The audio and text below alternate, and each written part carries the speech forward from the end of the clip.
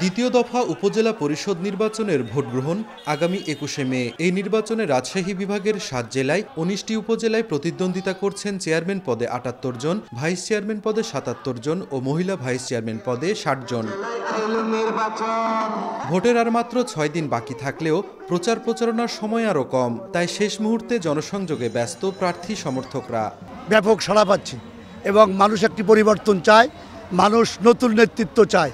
Smart Bangladesh, smart Puthia করার জন্য আমি কাজ করব ইনশাল্লাহ। ভেবেচিন্তে পছন্দের প্রার্থীকে বাছাই করতে চান ভোটাররা। জনগণের খেজমত করবে, এটা আমাদের চাওয়া পাওয়া। যেই আসুক নির্বাচনে, যেই জয়ী হোক, পুরা সন্ত্রাস মুক্ত একটা এলাকা চাই আমরা।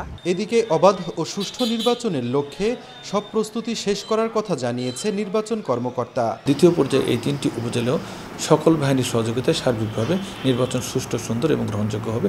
২১ মে ১৯ উপজেলায় ১৪৬২ কেন্দ্রে ভোটাধিকার প্রয়োগ করবেন ৩৯,৮৯,৩৩০ জন ভোটার।